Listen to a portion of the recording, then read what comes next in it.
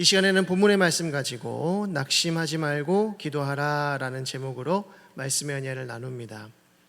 발등에 불 떨어지다 라는 속담을 다 잘 아실 겁니다.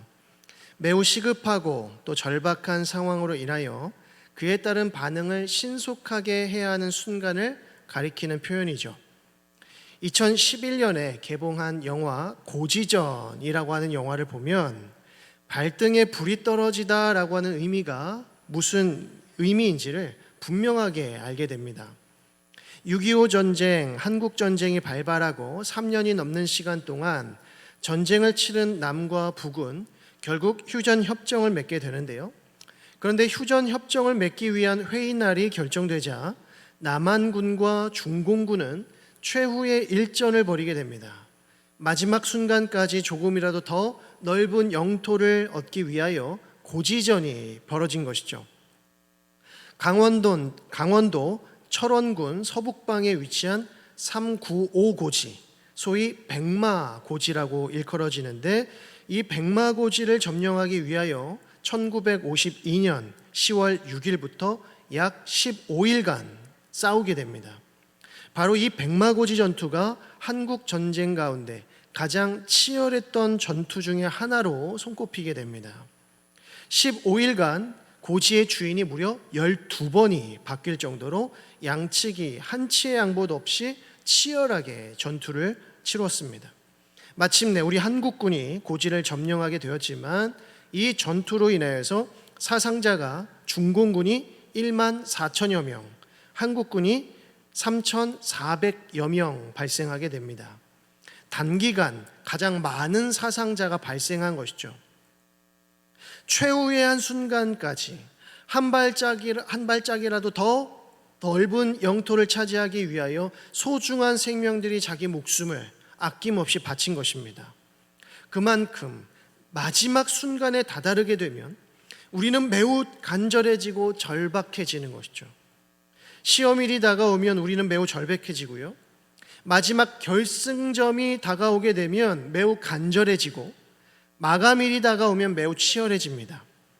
마지막 순간이 오면 우리는 우리가 간절하게 목적했던 바를 조금이라도 더 얻기 위하여 치열하게 투쟁하게 되는 것이죠. 오늘 본문이 바로 이러한 배경 속에 있습니다. 오늘 본문 앞의 내용을 보면 누가복음 17장 20절에서 바리새인들은 예수님께 이렇게 질문합니다. 하나님 나라가 어느 때에 임하니까? 이 질문에 주님께서는 하나님의 나라는 볼 수 있게 임하는 것이 아니다 라고 대답하시죠. 이는 바리새인이나 유대인들이 생각했던 대로 하나님의 나라가 세상적이고 정치적으로 임하는 것이 아니라 우리의 마음과 심령 가운데 임하는 영적인 나라임을 말씀하신 겁니다. 또한 누가복음 17장 22절을 보면 주님께서는 제자들에게 인자의 날을 언급하심으로 재림의 때, 곧 마지막 때에 대한 가르침을 주셨습니다. 마지막 때에는 어떤 일들이 일어나게 됩니까? 주님께서는 노아와 롯의 시대를 언급하시면서 하나님의 진노가 코앞에 다다른 그 순간에도 사람들은 결코 회심하지 아니하고 저마다의 세상적인 핑계들로 하나님의 구원을 거절할 것이다 라고 가르치십니다. 바로 이것이 멸망받을 자들의 비참한 상태로서 영적으로 철저히 무감각한 상태인 것이죠. 그들은 마지막 순간에도 절박하거나 간절하지 못하고 끝까지 하나님의 이름을 부르짖지 않더라는 것입니다.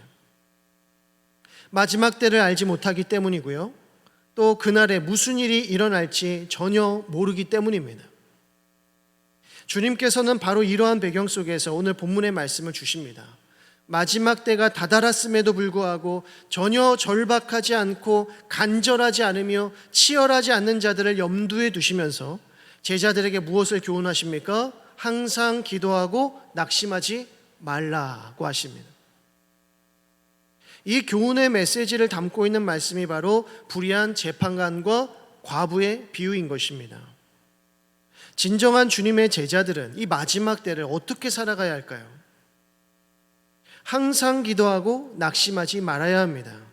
이것이 마지막 때를 살아가는 우리 성도들의 삶의 자세인 것이죠. 기도를 하되 항상 해야 하며 낙심하지 말고 기도하라는 말씀입니다. 여러분, 지금은 마지막 때라는 사실을 기억하실 수 있기를 바랍니다. 주님께서는 무려 2000년 전에 제자들에게 이 마지막 때를 경고하셨습니다. 그렇다면 2000년이 훌쩍 넘은 지금 우리에게는 얼마나 더 그날이 가까이 왔겠습니까? 주님께서 제자들에게 항상 기도하고 낙심하지 말라라고 하신 것은 하나님께서 이 마지막 때를 살아가는 그리스도인들에게 큰 지혜를 주고자 하심인 것입니다. 그러므로 이 땅의 모든 교회와 성도들 또한 그리스도를 따르는 제자들로서 항상 기도하고 낙심치 말아야 한다는 사실을 기억하시기 바랍니다. 우리가 이 사실을 망각한 채 항상 기도하지 않고 낙심하며 살아간다면 우리는 제자의 의무, 성도의 의무를 다하기는커녕 오히려 노아 시대의 사람들과 로세 시대의 사람들처럼 우둔하고 미련한 인생을 살아가고 있는 것입니다. 그렇게 되면 당장이라도 우리 주님 오시게 되면 큰 책망과 형벌을 결코 피할 수 없게 되는 것이죠. 주님께서 제자들에게 주신 비유의 가르침은 이렇습니다. 한 마을에 하나님을 두려워하지 않고 사람을 무시하는 재판장이 있었다. 그는 하나님 사랑, 이웃 사랑의 계명을 전혀 실천하지 않는 참으로 불의하고 완악한 인물로 그려집니다. 그러한 자가 재판장을 담당하고 있으니 그 마을이 얼마나 부정하고 부패했겠습니까? 재판장은 언제나 자신의 유익을 위하여 또는 자신에게 잘 보이거나 또 좋은 관계를 유지하고자 하는 이들을 위하여 판결을 굳게 하는 자였습니다. 결코 정의와 공의를 위해 판결하지 않았다는 것이죠. 그런데 어떤 한 과부가 자주 그에게 찾아가서는 자기 원수에 대한 원한을 좀 풀어달라라고 간청하는 겁니다. 재판장은 평소 사람들을 무시하며 살아왔는데 이 과부는 얼마나 더 무시했겠습니까? 그는 그저 귀찮게 생각하고 그 말을 듣는 채 마는 채 하였습니다. 그럼에도 과부가 계속해서 찾아와서 간청을 하니 속으로 이런 마음이 들기 시작하는 겁니다. 4절과 5절 말씀을 보면 내가 하나님을 두려워하지 않고 사람을 무시하나 이 과부가 나를 번거롭게 하니 내가 그 원한을 풀어주리라. 그렇지 않으면 늘 와서 나를 괴롭게 하리라. 한두 번 돌려보내면 다시 찾아오지 않겠거니 했지만 과부는 계속해서 찾아오더라는 것이죠. 그래서 원한을 풀어주지 않으면 풀어줄 때까지 찾아오겠다 싶어서 결국 과부의 원한을 풀어주게 될 것이다 라는 말씀입니다. 그러면서 주님께서는 제자들에게 이렇게 교훈하십니다. 7절 말씀에 하물며 하나님께서 그 밤낮 부르짖는 택하신 자들의 원한을 풀어주지 아니하시겠느냐, 그들에게 오래 참으시겠느냐라고 하십니다. 이 비유의 교훈은 너무나도 분명하죠. 그것은 두 가지인데요. 하나는 끈질기게 기도하라는 것이고요. 다른 하나는 낙심하지 말라는 것입니다. 원수에 대한 원한을 가졌던 과부는 불의한 재판장에게 자주 항상 찾아갔습니다. 억울한 사연을 가지고 있던 과부에게 이 문제는 가장 절실한 우선순위였던 것이죠. 이 문제가 해결되지 않는 이상 이 여인은 아무 일도 손에 잡히지 않았습니다. 청소를 해도 억울하고 음식을 만들어 먹어도 억울하고 잠을 잘 때에도 억울했던 것입니다.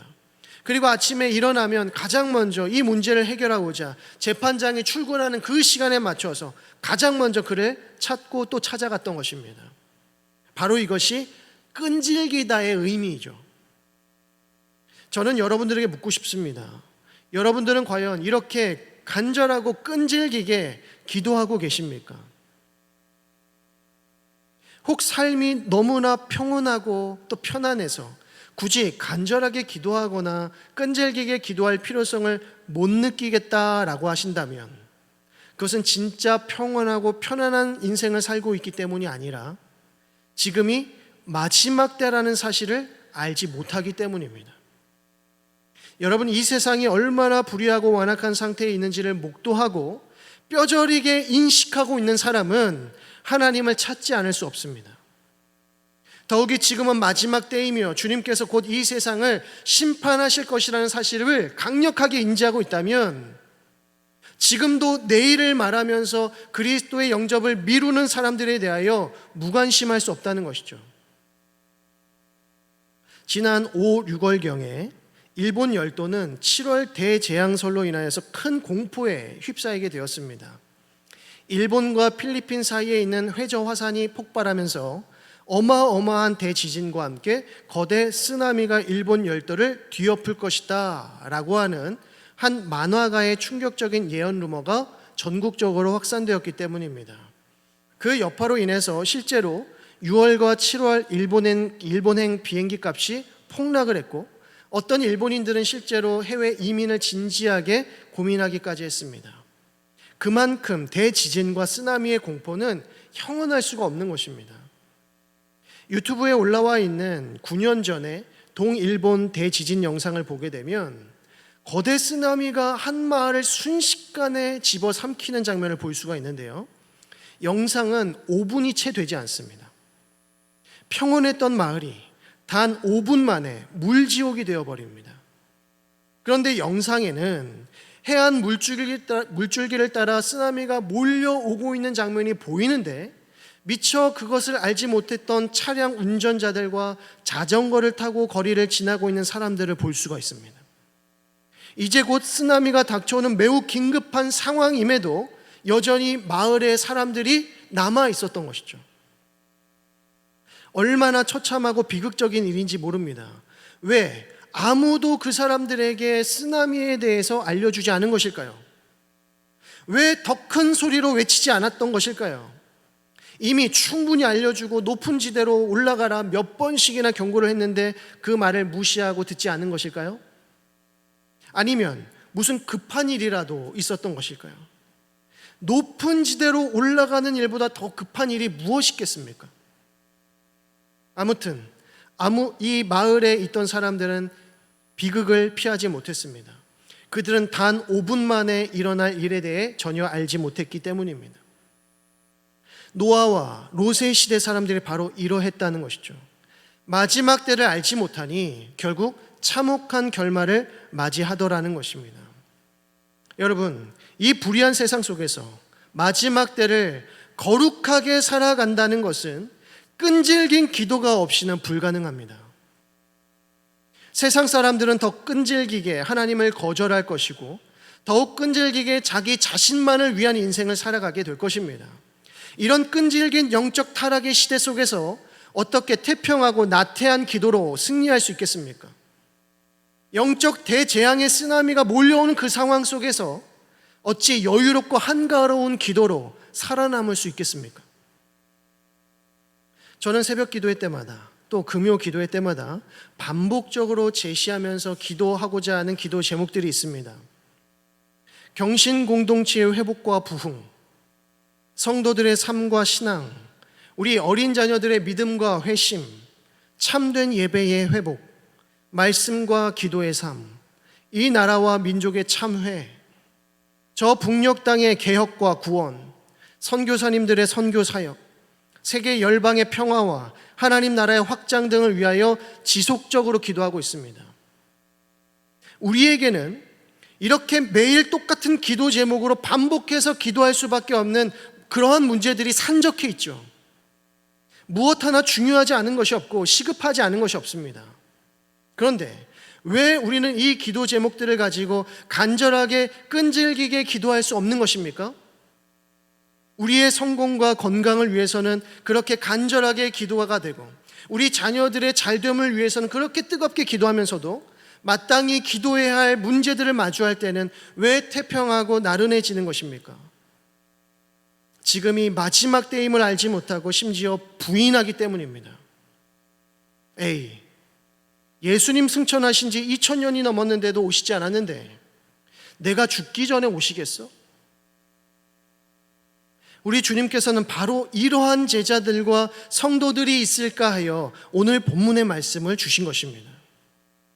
오늘 본문의 말씀과 뒷문맥에 등장하는 말씀은 마지막 때에 우리가 어떻게 기도해야 하는지를 매우 중요하게 제시하고 있습니다.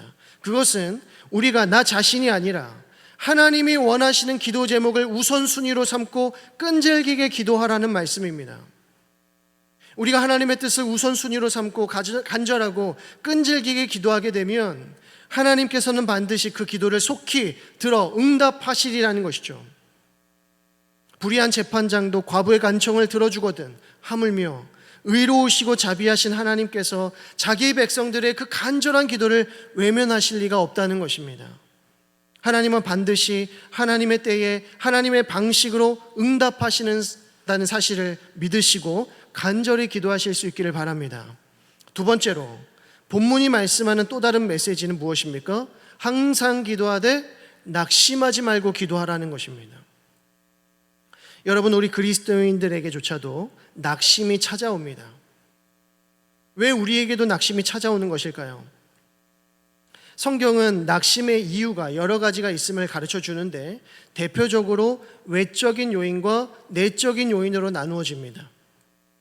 믿는 자들을 낙심하게 하는 외적인 요인이라는 것은 곧 고통스러운 상황과 불의한 사람들로 인한 것입니다.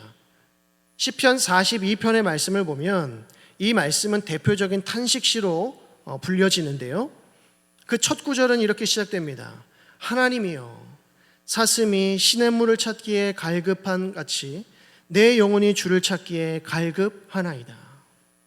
마치 원통한 과부가 불의한 재판장에게 가서 간절하게 하소연하듯이 시편 기자 또한 갈급한 마음으로 하나님을 찾고 있는 것입니다. 그 이유가 무엇입니까? 5절 말씀을 보니까 내 영혼아, 내가 어찌하여 낙심하며 어찌하여 내 속에서 불안해하는가.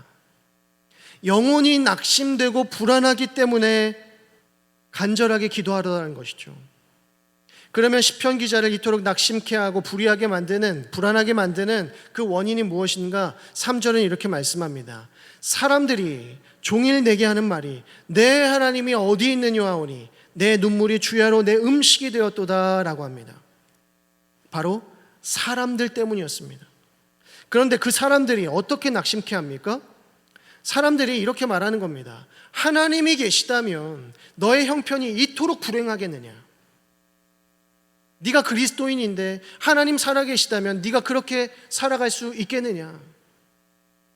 너의 불행함과 환난을 보니 하나님이 계시지 않는 것과 같구나라는 것입니다.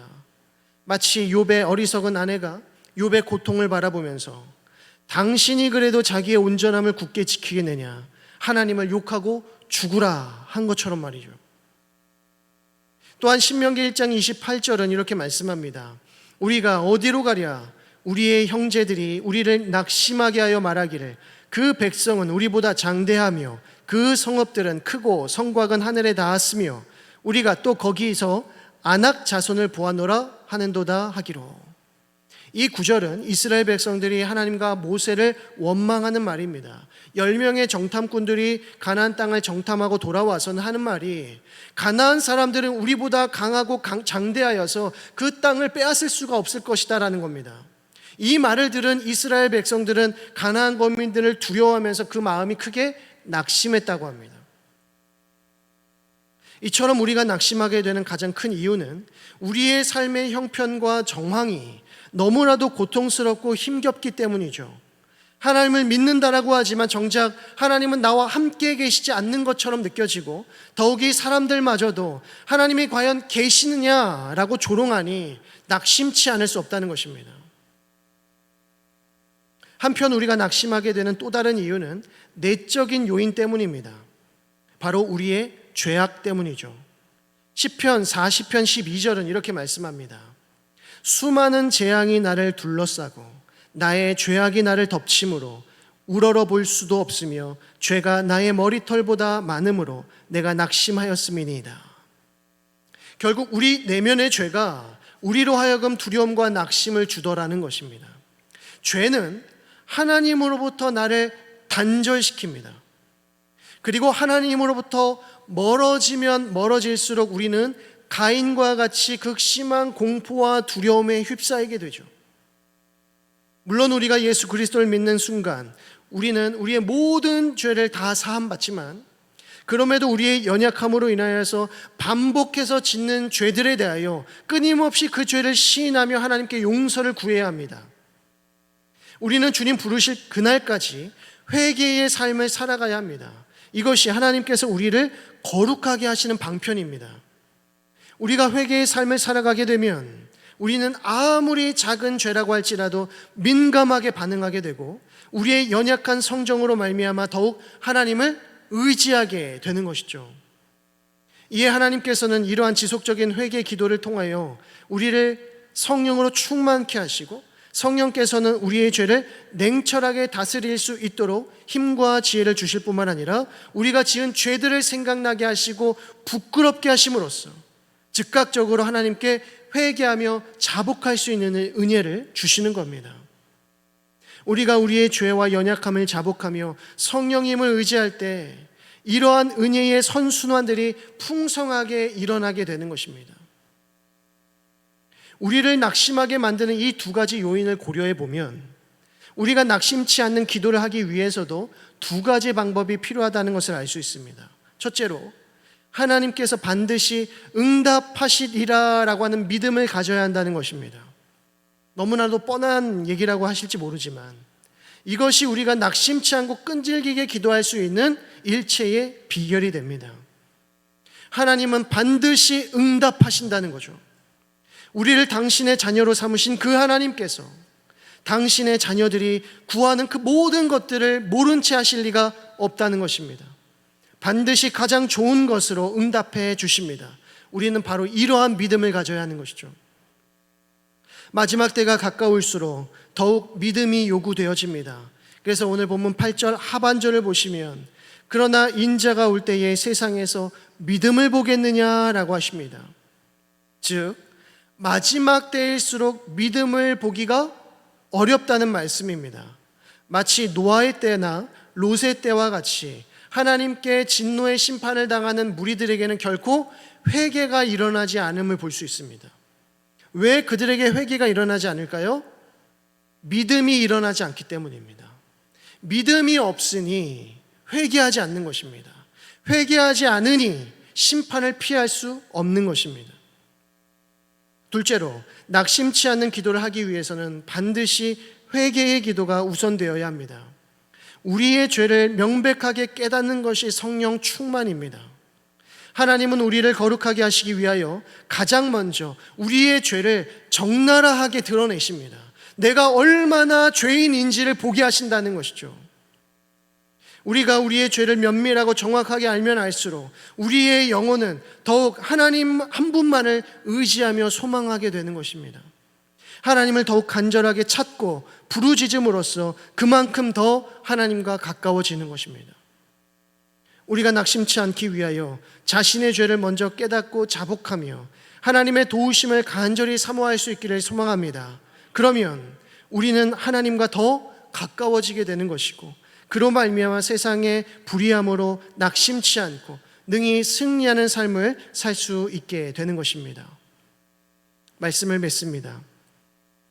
지금 우리가 살아가는 이 시대야말로 참으로 마지막 때임을 다시 한번 기억하시고 영적 고지전에서 승리하는 저와 여러분 되기를 소망합니다. 최후의 순간까지 한 영혼이라도 더 구원하기 위하여 하나님 나라를 조금이라도 더 확장시키기 위하여 우리의 생명까지도 아끼지 아니하는 그리스도의 참된 군사들로 세워지시기를 소망합니다. 이를 위하여 항상 끈질기게 기도하고 또 바라며 낙심치 말고 하나님만을 신뢰하며 기도하실 수 있기를 바랍니다. 하나님께서는 반드시 응답하시고 역사하시며 이 영적 고지전에서 놀라운 승리를 우리에게 허락해 주실 줄로 믿습니다. 기도하겠습니다. 하나님 아버지 은혜와 사랑을 감사드립니다. 이 오후의 시간에도 하나님께 예배할 수 있도록 인도하여 주시고 귀한 하나님의 말씀으로 덧입혀 주시니 감사드립니다. 하나님 경신의 성도들 끈질긴 기도와 낙심치 않는 기도를 통하여 영적 고지전에서 큰 승리를 얻을 수 있도록 역사하여 주옵소서. 지금은 과거 그 어느 때보다 더욱 마지막 때에 가까웠음을 기억하며 하나님의 영적 군사로서 더욱 간절하고 끈질기게 낙심치 않고 기도에 힘쓰는 성령 충만한 성도들 다 되게 하여 주옵소서. 새롭게 시작되는 이 한 주 속에서도 오직 말씀과 기도로 승리케 하여 주시고 이 세상 가운데 빛과 소금의 역할을 잘 감당하는 착하고 충성된 종들 다 되어질 수 있도록 역사하여 주옵소서. 믿고 감사를 드리며 예수 그리스도의 이름으로 기도드립니다. 아멘.